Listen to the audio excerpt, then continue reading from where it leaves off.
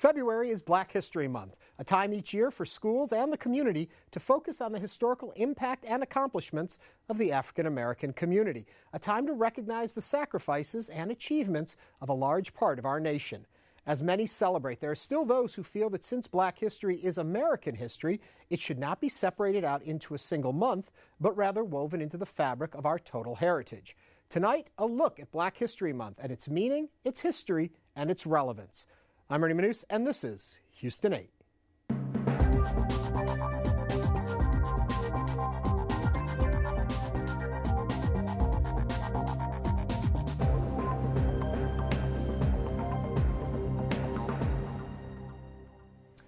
Joining us tonight are Linda Reed, Associate Professor, Department of History, University of Houston; Angela Miller, Manager, Secondary Social Studies Curriculum, HISD; and Shukri Hassan Tillman, Director of the documentary More Than a Month. Before we start, remember you can share your thoughts throughout the show on Twitter using hashtag Houston8. And to my guests, welcome to the show.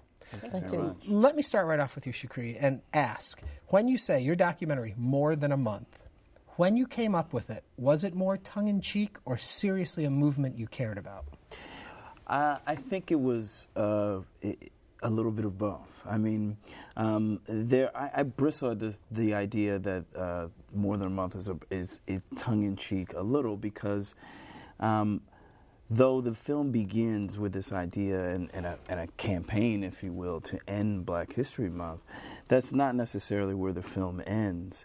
But that's not to say that that idea, or at least that stance, is not serious. The film does have a lot of humor, and it uses humor to express these points. But I think that the humor is a way to access some of the more serious points in the film. I do think that considering what it means that we have a Black History Month, and what it would mean not to have one, or not to need to have one at least, that's a worthy conversation to have. So I'm looking forward to it. And here we are having it. Linda, let me ask you, do we need to have it? Should it be something we still have? Well, given the history of African Americans in America, we need to have it because there was a time when the history and heritage was just not considered at all. And we've come a long time with a month. So I do understand the need for the discussion of American history, period, because African Americans have contributed to American history just as any group has in the country's history. Okay, and Angela, let me ask you this. It's been a long time since I've been in school, and I don't have any school-age children or anything, but I would assume and if I'm remembering correctly, when I was taught American history, I had elements of the African American experience woven into it. Is that currently the case in our schools? Yes, definitely, and probably more so in the 21st century. We have progressively included minorities, all minorities, women, African Americans, Hispanics, and other minority groups, and honored their contributions, but also their place in history. I'm older than you, and so when I was in school, I was not even included a lot in terms of being a white woman. It was dead white men and what I call dates and dead people. We've tried to make history more current, if history can be current, and have really worked to include a history that includes all people. And taking that then, is there, from your point of view and the HISD's point of view, still a need to separate out into a month? Well, we don't separate the teaching of African American history into a month. It is woven into the fabric of every history. And in Texas, we're lucky because we teach history at every grade level, beginning in pre-K and up through 12th grade, because we teach several strands. So we don't have, in one grade we don't have American history and never talk about history in other ways. What I do believe it accomplishes, and in fact what we're celebrating this month in Houston ISD, is the contributions. It's a time to celebrate the amazing contributions that African Americans have made. We also have Hispanic Heritage Month in our district. We have Asian Heritage Month and Asian and Pacific Islander. We celebrate Women's History Month. So there American Heritage Month. So there are a lot of months that our district celebrates where we can focus on those outstanding accomplishments of people of that particular group. Right, and it's funny because I had them run me a list of some of the different months because I was assuming someone somewhere is going to ask the question or somebody out in our viewing audience is going to say, why should we have a month for... Well, we have it for just about everything else, from Italian Heritage Month, right. Polish Heritage Month, Natural American, Native American. Yeah. I'm reading through the list. American Indian. Right, you know, we have Black History Month, we have Women History Month, Irish History Month. So this is nothing new. And right. Actually, they probably came out of African American History Month, too, to some degree, that we've realized there is a need to celebrate different groups outside of the regular curriculum. I mean, we've really progressed. I mean, correct me if I'm wrong, but didn't this begin as Negro History Day? I mean, it was just one day. It started in 1926 with Carter G. Woodson with Black History Day in segregated schools. And talk a little of the history of how it grew. And from the day, it grew to a week.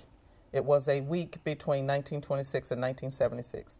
It became a month in 1976, and we've had the month since. And there will be people that always joke, there's always the joke, because it's the shortest month of the year. No, that is not why. Nothing to do with it. That had nothing to do with it. Carter G. Woodson and others wanted to celebrate the birthday of Frederick Douglass, a great emancipator in the 19th century, and Abraham Lincoln, whose both birthdays were in the month of February.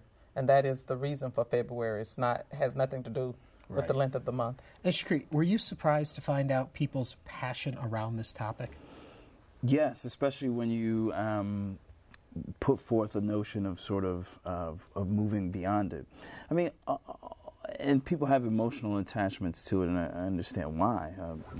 Part of its history is a big thing. You also have to remember that when Carter G. Woodson creates Negro History Week in 1926, for celebrated mostly in black schools, what's happening there is that he also has a textbook called The Negro in Our History, which in a lot of black schools is the premier history textbook for those students. And so Negro History Week is used quite properly, in my opinion, as a way, not the only time that they would sort of get this history, but as a way to highlight history that they would be learning the rest of the year anyways. What happens, which doesn't get talked about much, is that what happens is, as a result of integration in a lot of places, when Black History Month comes along, it is oftentimes in that mid-70s time.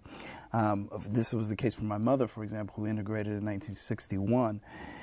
That Black History Month, Negro History Week / Black History Month, becomes the only time that it doesn't, that these people, experience of these people doesn't show up in textbooks, and even that is a way for people. For example, my mother was not pleased with the idea of the film, but even that is a reason for people to sort of hold on.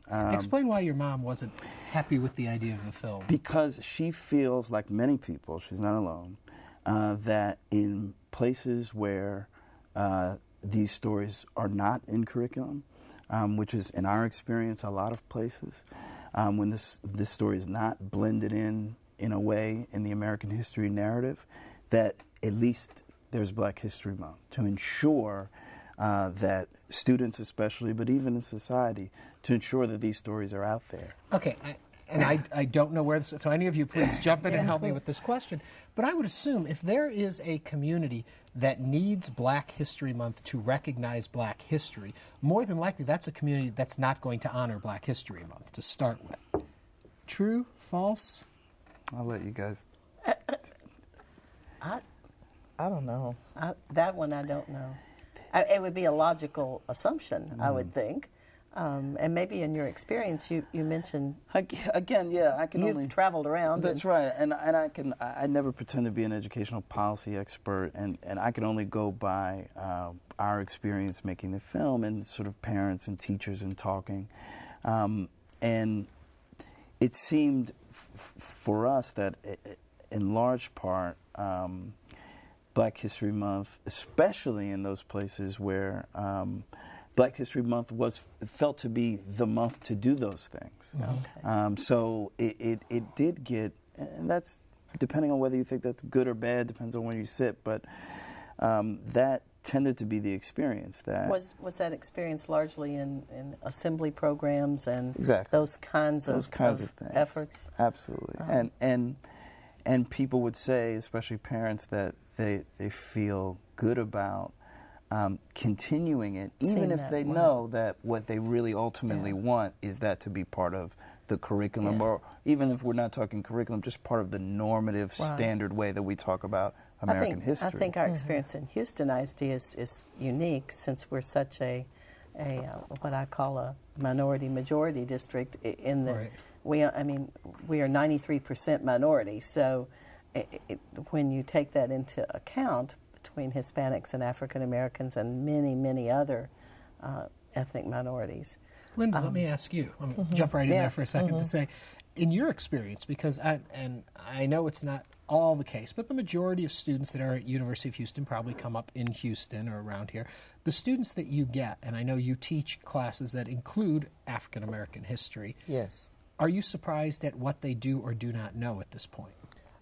I am continuously surprised sometimes when I ask some students why it is that they're taking a class that's specifically on African American history, and some say that they have not had that experience in their high school curriculum. So it's about even for the number of students who say that and for the number of students who don't say that. And a great number of the students at the University of Houston are not from Texas. I had a class one year where most of the students were from New York City. Really? I'm going to find out for our folks. Find out what the breakdown is of the University of Houston students. They're from all over. Yeah. So, but then I would say, from your point of view, you feel there needs to be more emphasis on this in the younger school grades. Certainly so. And my experience is totally different than, I guess, most of us here, in that I grew up in Alabama, and my school did not desegregate until 1969. And with the experience of covering African American history, it was all the time. So when we had each assembly program that we had, whether it was in February or any other month, we were dealing with African American history, which is just wonderful, you know. The class, when you did come together as the fuller body of students, did you find that your white counterparts didn't have any understanding of African American history? No, they knew. They did have some too? They had some understanding, yes. That's good. That's promising. But probably mostly, was it your experience? Because I think sometimes we relegate much of history to the heroes or the heroines of history, the sort of those outstanding people. Certainly Frederick Douglass is a very outstanding leader in Black history, but sometimes I wonder if we get too focused on the heroes, and we sort of elevate them to whether, regardless of their ethnicity. But because I find that now, in order to cover, sometimes it's about coverage, because the state has included a lot of objectives that we have to teach as part of the curriculum. And so sometimes it literally is coverage. It's, you can spend a very short amount of time mentioning people or events.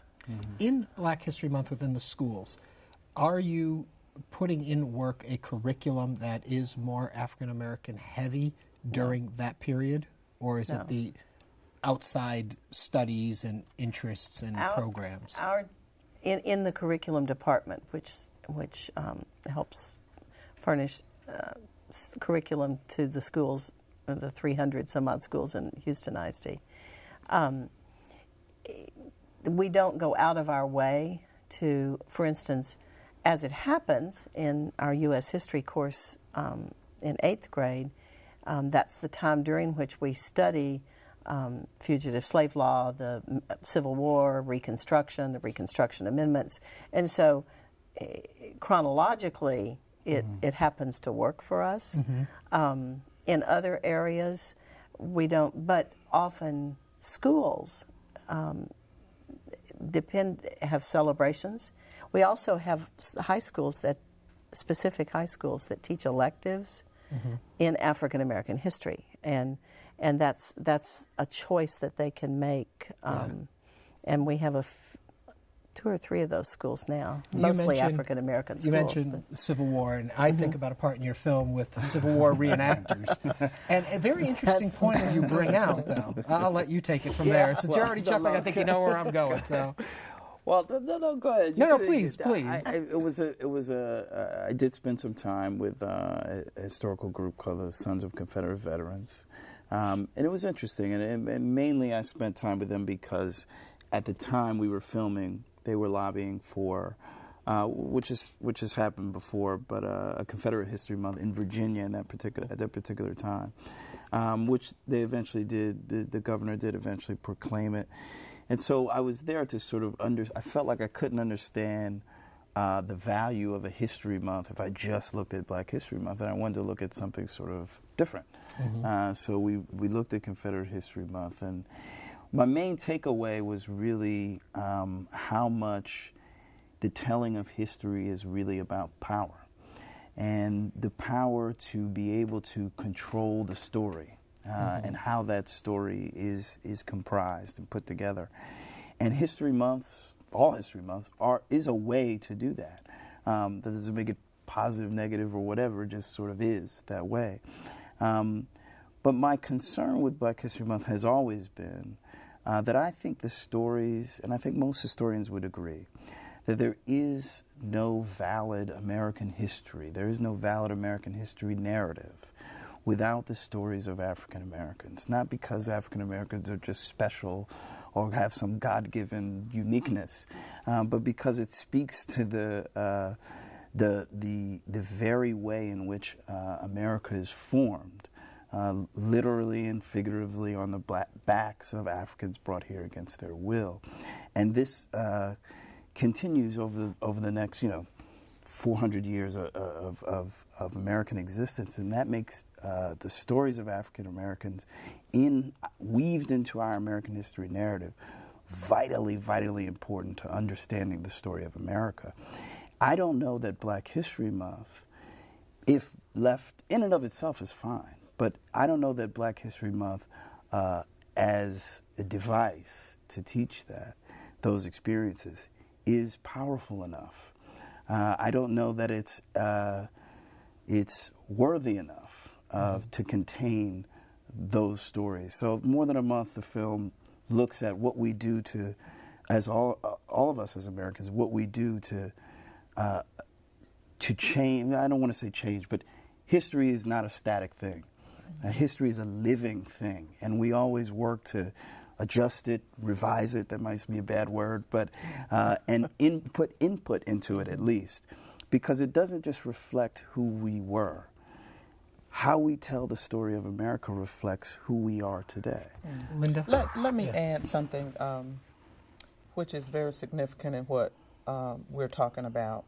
When Carter G. Woodson introduced the day, and later it became a month, that occurred because there was no attention to the history. That's right. And so now we have come much, much farther in this effort. And so the whole notion of more than a month is so appropriate, because you cannot talk about any aspect of American history unless you include a discussion on people of African descent. The explorers, colonial America, the American Revolution, on down the line, we're so interwoven into that story. And so I agree wholeheartedly, more than a month. And we are getting there. So in other words, we're picking up the charge that Carter G. Woodson left us with. I'd just like to say, and it doesn't mean, from my perspective at least, that it doesn't mean that things like this wonderful program with black women that the Houston ISD is doing, that those things need to go away. Right. To me, it's not either or. Right. That's what I took prepping for all of this, was what I ended up taking away. Because at first I was like, Black History Month? Of course you have Black History Month. It's so important to have it. And then listening to what you had said in your film, I'm back to, well, wait a minute, maybe we shouldn't have Black History Month because it's American history. And so I took that side. But then when actually doing the research and reading and thinking about the subject, there is the need for both. A time to celebrate a part of our culture, which we do with many other cultures, but also make sure that it's taught throughout so that we're getting a fuller understanding of our complete history.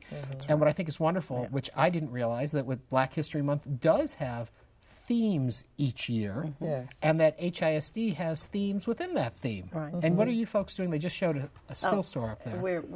We're localizing the theme this year to focus on African American women, Black women, who were instrumental in the school district in a variety of ways.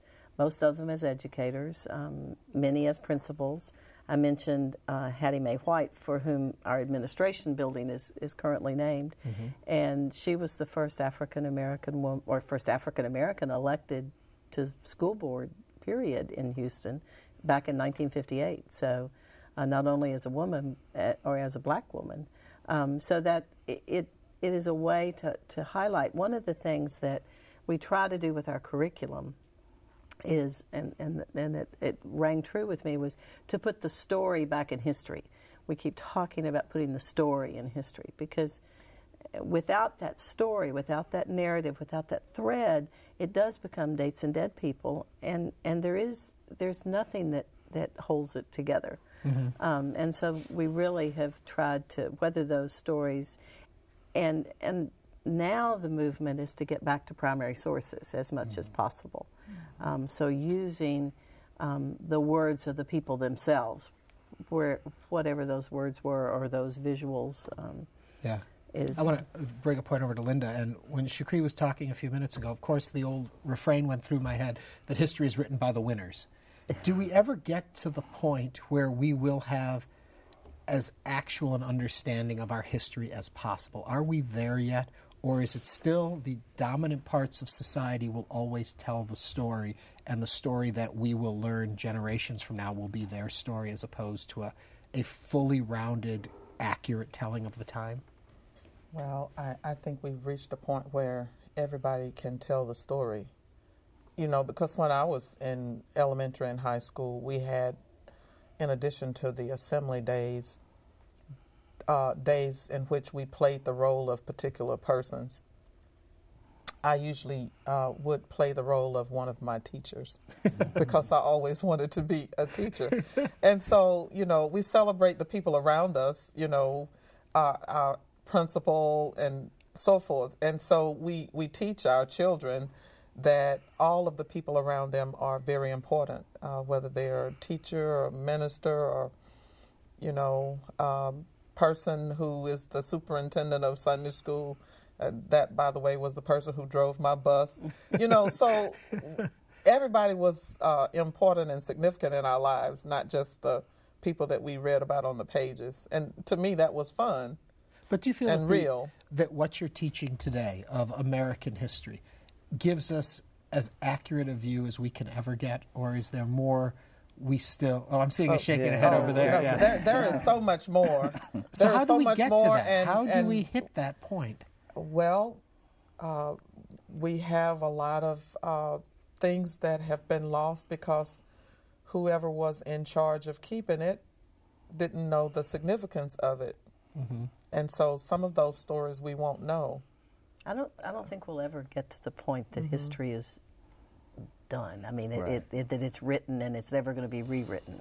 Right. Because history is about point of view, and so it depends on how many points of view you're taking into account. Just like your film, it's a different point of view, and it causes people to think in terms of that. It's interesting because in today's society now, everyone has an opportunity to tell their stories. Exactly. Blogging, videos, online stuff. Everybody of is course, a my historian concern is of sorts. all this media seems so temporary that the trick is, will it all survive to tell another generation or two who And that's we really one of the were? real questions about contemporary media, because I mean, we historians look to letters and diaries, and we're not some people archive emails, but it's very temporary. But not for posterity, I don't think. And so it's going to be a real challenge, perhaps, for future generations to have. But they'll have different kind of historical records. Right. They'll have So, videos or blogs or films, or like yours. film, Or Facebook. Or Facebook. How many times do we tell people, be careful what you put on your That's right. Facebook? It'll be there because it's forever. there for a long time. Thank you all very much for coming in and joining us for this discussion. Each week we invite you to visit our home online at houstonpbs.org/Houston8. There you can read about the guests, learn more about the topic, and even watch past episodes. And a programming note, you can see Shukri's documentary More Than a Month right here on Houston PBS Wednesday night, February 29th at 10 p.m. So I hope you'll all tune in and see that. And that does it for us tonight. Until next time, I'm Ernie Manous. Thank you for joining us and have a great week. Bye-bye.